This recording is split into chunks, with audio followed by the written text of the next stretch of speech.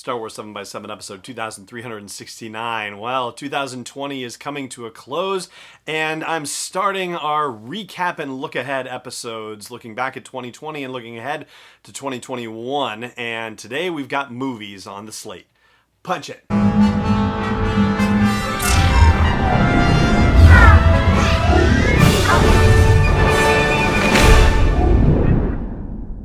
Hey Rebel Rouser, I'm Alan Voivod, and this is Star Wars 7x7, your daily dose of Star Wars joy, and thank you so much for joining me for it. So 2020 started out with The Rise of Skywalker in theaters. My gosh, it is just crazy to think about that's how 2020 started. This year has been so long and so difficult and challenging on so many levels. It seems like forever ago, but yes, January 1st of 2020 dawned, and The Rise of Skywalker was still in theaters.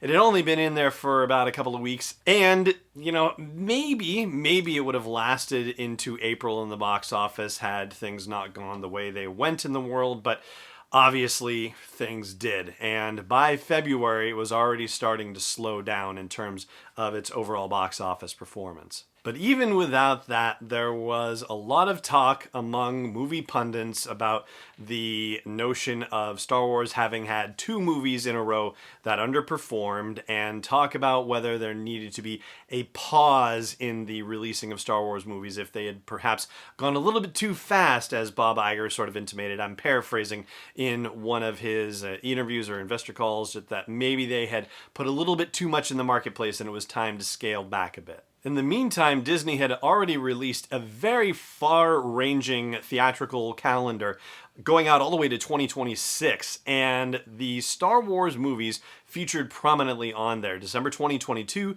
December 2024, and December 2026. And they were also trading off Decembers with the Avatar movies. So the Avatar sequels were scheduled for 21, 23, 25, and 27. And that becomes an important point because even as the year progressed and dates for movies started changing because of the shutdowns nationwide and worldwide even, there was still some question about Star Wars and whether it would actually happen in 2022, but that question was not around the idea of whether it would be able to open because of the pandemic or because its shutdowns might have delayed production schedules or anything. The talk about whether it would hit 2022 was still around the notion of, oh my gosh, what is happening with Star Wars movies? Oh my gosh, The Rise of Skywalker didn't do what they thought, and people are still, up in arms over previous movies and blah, blah, blah. In July of 2020, I think that was kind of set to rest at some point, because that was when Disney reset their calendar. And not only did they reset their calendar for Star Wars, they also reset it for Avatar as well. So, if you had any question about, this, doesn't seem right for Star Wars, no, it was only about the pandemic and the effects on production schedules, because Avatar moved as well. So Avatar went to 22, 24, 26, and 28. Star Wars moved to 23, 25, and 27. It was just exactly what you would have expected if everything was just fine behind the scenes. Meanwhile, there had been a rumor kicking around about Taika Waititi being tapped to direct a Star Wars film. That rumor broke early in the year and was confirmed later in the year, with him and Christy Cairns Wilson co-writing the script for it, but no release date was attached to it. So we were left to wonder, would this be for the 2023 or the 25 or the 27? What the heck is going on? Well, the big news dropped, of course, on the Disney Investor Day on December 10th, when Kathleen Kennedy announced that the 2023 date would be taken by Patty Jenkins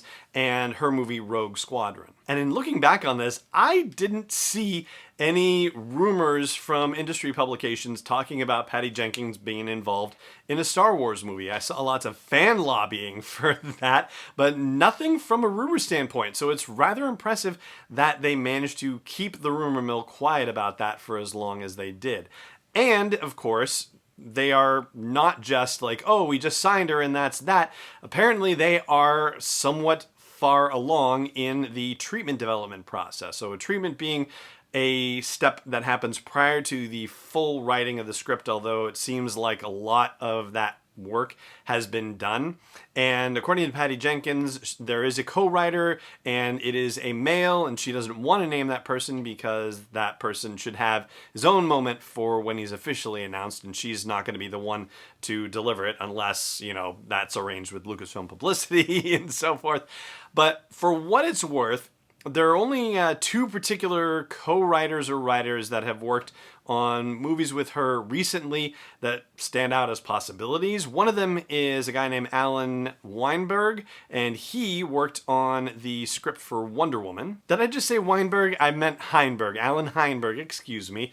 And he was the screenwriter and co-story person for the first Wonder Woman movie. And then there's a guy named David Callahan who is credited with the co-writing of the script for the second Wonder Woman movie, Wonder Woman 1984, that just came out. And yes, Wonder Woman is DC, which is Warner Brothers, which is not Disney, but Shang-Chi and the Legend of the Ten Rings is a Disney thing. It's a Marvel Disney Plus situation, and he is credited as a writer on that.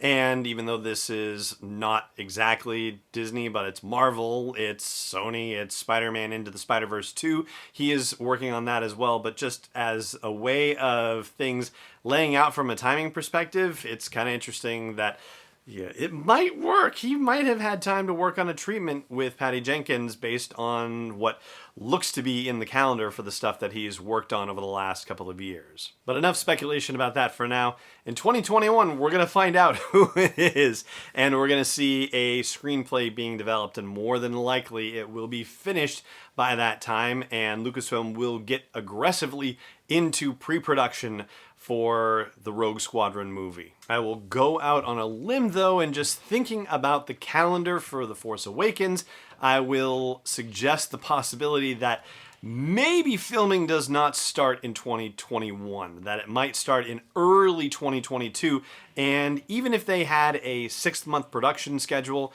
then that would give them a year and a half to do post-production and have everything locked in time for a December 2023 release date. So they could honestly spend all of 2021 on script and pre-production, and they would be in perfectly fine shape from a timing perspective. And when we think about things in terms of the industry's reopening and about keeping everybody safe with COVID-19 and about vaccine deliveries and production ramp-ups, it seems like that could potentially work for the scenario of Rogue Squadron being on track for a December 23 date as well. As far as Taika Waititi's movie, we don't know. They didn't announce a date for it at Disney's Investor Day, and we'll probably have to see what happens with Thor: Love and Thunder and if he's able to get through that prior to getting his Star Wars movie in the works. But it does seem like 2025 could be a reasonable situation for him. So they would have to get into filming by the beginning of 2024 for that. I think he probably has the time, based on what he has in front of him, at least as far as we know right now, to make that happen. And so that leaves the question of what 2027 might be, which I will tell you that why not? I mean, it could be a sequel to Rogue Squadron for all we know, but 4 years out seems a little much. I will say that I'll put my money on Rian Johnson for now and say that there's an option for that trilogy to happen. And even in January and February of 2020 during award season, when Rian Johnson was being interviewed all about Knives Out, of course, everybody was asking him Star Wars questions because that's what happens when you're involved with Star Wars. And he reiterated that he is still having conversations with Lucasfilm, but it's just not on their slate yet. So yeah, it hasn't been canceled, at least not officially, as some outlets have alleged or reported, and as Ryan has said, if you don't see it reported on StarWars.com, then it just ain't true. Again, I'm paraphrasing for him. But the last that he said about it was during award season, where he said that he is still in talks with it about Lucasfilm, which I would say is a hopeful thing. All right, that's going to do it for the look back at 2020 and the look ahead to 2021 for Star Wars on the filmmaking slate. And that's going to do it for this episode of the show as well. It just remains for me to say thank you so much for joining me for it, as always. And may the Force be with you, wherever in the world you may be. Star Wars 7x7 is not endorsed or sponsored yet by Lucasfilm Limited, Disney, or 20th Century Fox, and is intended for entertainment and information purposes only. Star Wars, the Star Wars logo, all names and pictures of Star Wars characters, vehicles, and any other Star Wars-related items are registered trademarks and/or copyrights of Lucasfilm Limited or their respective trademark and copyright holders. May the Force be with them. All original content is copyright 2020 by Star Wars 7x7. We hope you love it.